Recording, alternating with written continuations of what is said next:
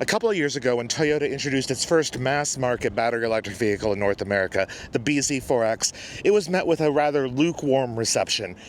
Range wasn't super stellar, charging was atrocious in some situations, but if you were somebody who charged exclusively at home, it was a quiet, competent car that was decent, but by no means class leading. For 2026, Toyota claims it has heard our feedback, it's heard your feedback, and they've made the car better. They've dropped the 4X from the name. It is now just the Toyota BZ. It has integrated NACS charging support, reasonable fast charging for once, and a better performance and range with up to some 300-ish miles on a top spec model. Let's see right now if Toyota's new claims for this car are any good and what you can expect when it goes on sale later this year. Behind the wheel, the biggest change you'll notice with the updated BZ4X, the BZ, is the increase in power.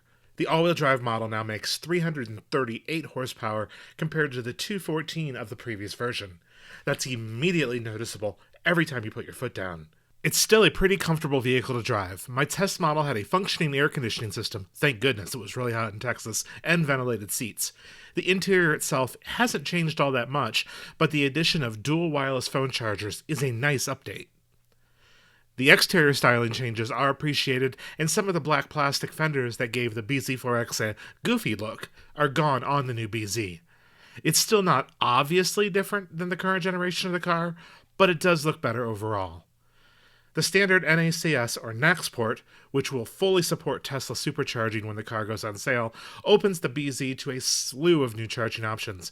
The plug-and-charge compatibility means owners will just pull up, plug in, and a charge session will start automatically. The new car will have over 300 miles of range on the base version, which is a 25% increase over the previous model, and an increase in range across the board is appreciated, plus an improved charging performance that is much appreciated because the DC fast charging performance in the previous car was pretty terrible. Some software updates helped that, but still, when that launch car first came out, it was not good. If you just drove everywhere and level 2 charged, it was fine. You'd never notice that. It was a perfectly competent EV in that sense. But if you did need to use DC fast charging, you really had to struggle with the old car. Hopefully, that's fixed with the new one. The dual motor performance of this BZ is excellent. We don't know how much the car is going to cost quite yet, but it's going to go on sale later this year. I did test to see if the NACS charger would work. Could have been a problem with the station, could have been a problem with the car. These are very early pre-production vehicles, so I don't expect the software to be up to date.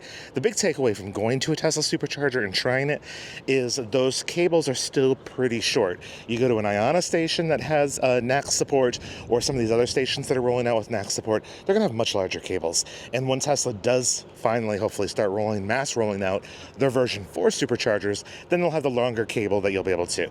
Right now, if there's a high curb near where the charger is, you've got to get really close for it in order for it to reach the charging door. So most people are still going to charge at home, so that's not a big deal, but something you may want to notice.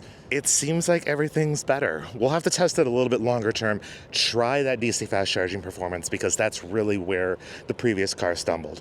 But initial first impressions are pretty positive, and if you're already maybe in a BZ and you're thinking of oh, maybe I'd like the new one, this might be a good way to go.